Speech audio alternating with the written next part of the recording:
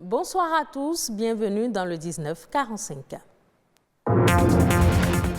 Rendre l'énergie accessible et à moindre coût aux populations des pays de la sous-région, c'est le défi à relever par les dirigeants.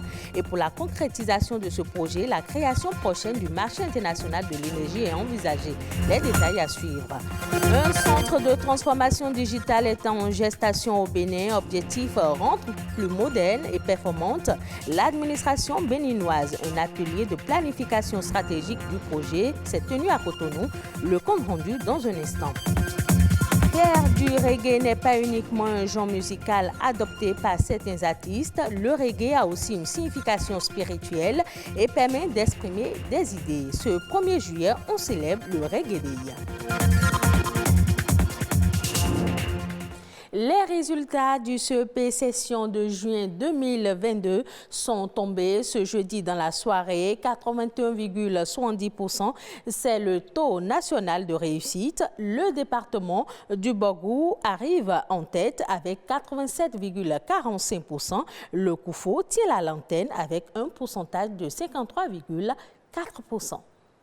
Le Bénin abrite le siège du réseau des régulateurs nationaux de l'énergie électrique. C'est pour améliorer le taux de satisfaction des consommateurs de l'énergie que le Bénin, comme d'autres pays du réseau des régulateurs francophones de l'énergie, milite à la faveur du projet de création prochaine d'un marché international. Arnaud Adadja. Le Bénin est résolument engagé pour la création d'un marché régional d'électricité. Des régulateurs nationaux d'énergie de la zone francophone se sont réunis à Cotonou pour réfléchir sur la possibilité. Avant le passage du rêve à la réalité, la voie de la gestion saine est ici pointée à l'index. Si les sociétés d'électricité arrivent à entrer à travers le tarif, à obtenir un financement correct et durable de leurs activités, alors elles seront en mesure de participer au marché. Acheter de l'électricité auprès du marché, ça suppose qu'on puisse payer. Et il faut que les sociétés, pour que ces sociétés puissent payer, il faut qu'elles aient des finances saines. D'où la contribution des régulateurs nationaux pour lesquels nous pensons qu'ils doivent pouvoir amener les opérateurs nationaux à une gestion correcte de leurs affaires. L'autorité nationale de régulation est l'instance qui garantit au sein des États l'approvisionnement de l'énergie à un coût compétitif et la sécurité des consommateurs, même si parfois le processus doit paraître long aux yeux des décideurs. L'AREC a pour mission précisément la régulation des échanges transfrontaliers d'énergie électrique dans la sous-région de la CEDEAO. Régulation au plan technique, régulation au plan économique, puisque c'est l'AREC qui est chargée de fixer les règles qui vont fixer et approuver pour certaines les règles qui vont régir le marché régional de l'électricité qui concerne les échanges transfrontaliers d'énergie électrique. Être un opérateur crédible dans un secteur énergétique viable, c'est donc la préoccupation à l'origine de la tenue à Cotonou des travaux du 10e atelier du réseau francophone des régulateurs de l'énergie à travers le thème « Intégration régionale et les échanges transfrontaliers ». Parlons de la transformation numérique. À présent, le gouvernement allemand soutient celui du Bénin dans ses ambitions de la digitalisation solide de l'administration béninoise. Un centre de transformation digitale est en gestation. L'objectif est de rendre plus moderne et performante l'administration. Un atelier de planification stratégique du projet s'est tenu à Cotonou. Le compte rendu avec Arnaud Adadja et Ulvaeus Balogun. Le Bénin évolue à grande enjambée dans sa percée pour la généralisation du numérique. C'est un constat général. Sur le terrain, rien qu'à observer l'initiative allemande du projet Africa Cloud, 26 000 inscrits, c'est ce qui a été enregistré sur la plateforme Atigi et qui a motivé des partenaires techniques et financiers à contribuer au renforcement des acteurs du numérique par la création des centres de transformation digitale. Beaucoup des réussites se sont déjà produites pour créer des emplois, pour augmenter la transparence et pour améliorer la planification grâce à des données fiables. Les centres de transformation digitale existent dans 16 pays, dont 11 sur le continent africain. La particularité du concept des CDT est qu'ils répondent aux besoins particuliers de chaque pays. Ici, par exemple, la coopération allemande a déjà investi 6,2 millions d'euros dans la coopération technique et 24,3 millions dans la coopération financière. Il s'agit là de répondre aux priorités apprentissage numérique, administration électronique et entrepreneuriat numérique retenues par l'État béninois. Au total, 20 milliards d'investissements motivés par l'existence de 2000 km de fibres optiques, d'un réseau numérique de l'administration, 187 sites interconnectés, d'un data center national et d'un code du numérique. Depuis le 20 octobre 2021, le gouvernement a conditionné l'accès aux services publics à la présentation d'un pass sanitaire. Le pass sanitaire est composé soit d'un certificat de vaccination avec schéma vaccinal complet, ou soit d'un résultat négatif des tests PCR datant de moins de 48 heures. Le pass sanitaire jusqu'à présent n'était pas digitalisé. Depuis cette semaine, nous l'avons digitalisé. Qu'est-ce que cela signifie?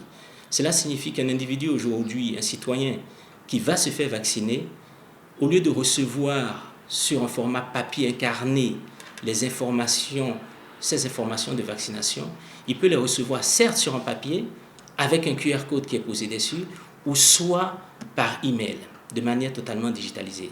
Depuis 2016, le Bénin fait donc des efforts dans le champ du numérique et de la digitalisation.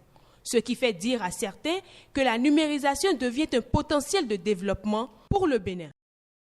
Ce 1er juillet, on célèbre la journée internationale du reggae. Encore appelée Reggae Day, cette célébration marque l'anniversaire de la création de cette forme d'expression musicale.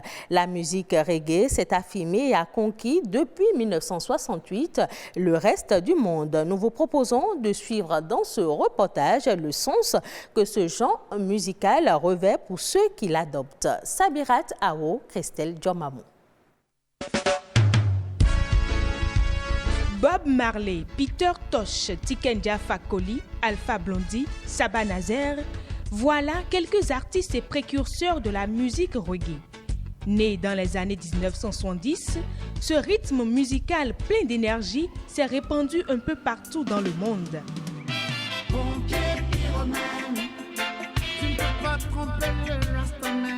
Ici au Bénin, ces adeptes sont de plus en plus nombreux car elle permet à l'artiste de s'exprimer et surtout de dénoncer tous les maux qui minent la société et l'humanité.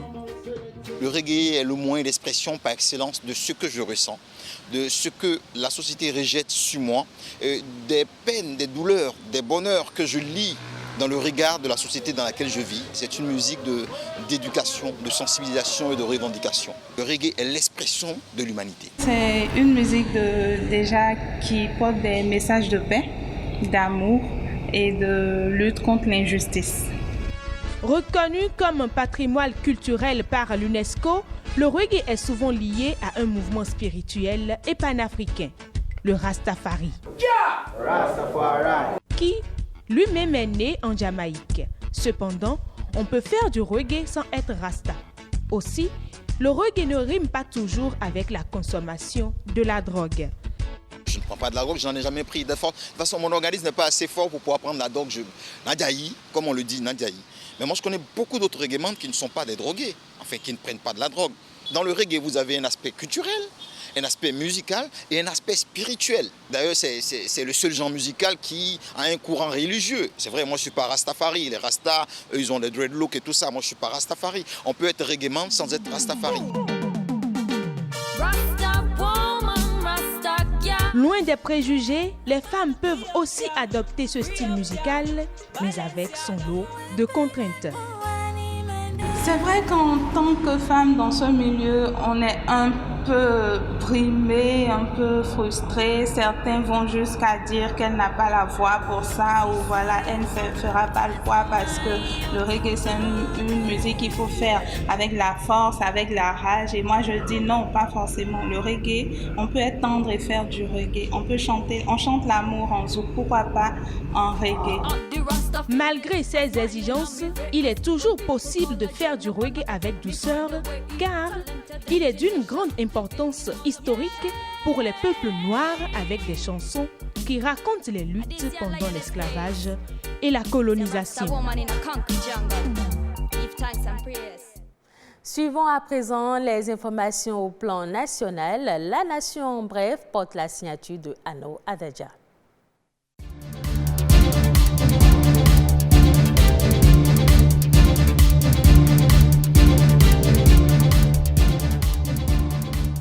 La circulation est désormais maîtrisée à Berouboué après l'effondrement d'un pont. Dans cette localité située à 562 km de Cotonou, les usagers de cette voie éprouvaient des difficultés de circulation et de transport dans l'acheminement des produits agricoles. Aujourd'hui, les tracasseries sont finies. Depuis que l'État béninois a décidé de réhabiliter toutes les anciennes routes du département du Borgou, à commencer par celles qui paraissent les plus critiques, des chantiers se sont développés et ont évolué. Sur 110 ouvrages, 46 ont été réalisés. En attendant les 64 autres anciennes voies qui sont à détruire et à reconstruire, dont Kandi et Malanville, on retient qu'à Berouboué, la mobilité a été rétablie.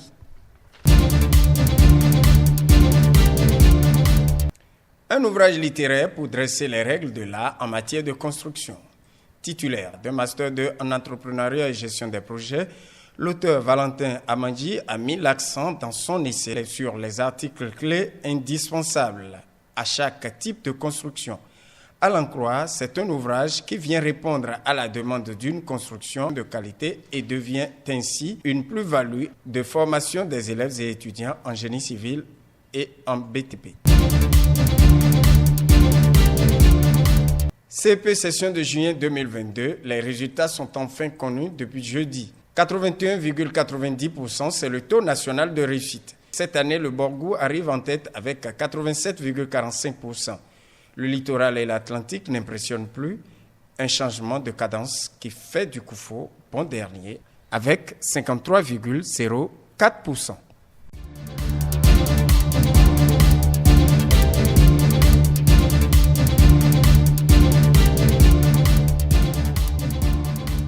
Hors du Bénin, le Conseil des gouverneurs du groupe de la Banque islamique de développement a approuvé un financement en faveur du Cameroun. Ce financement, évalué à plus de 51 milliards de francs CFA, est destiné au programme de développement de la chaîne de valeur du riz. Objectif, augmenter la production locale et réduire les importations massives du riz. Des importations massives qui réduisent également les réserves en devises du pays et creusent un déficit de la balance commerciale. Et ce sera tout pour cette édition. Merci de l'avoir suivi. Retrouvez ce journal sur le site de l'ORTB, www.ortb.bj.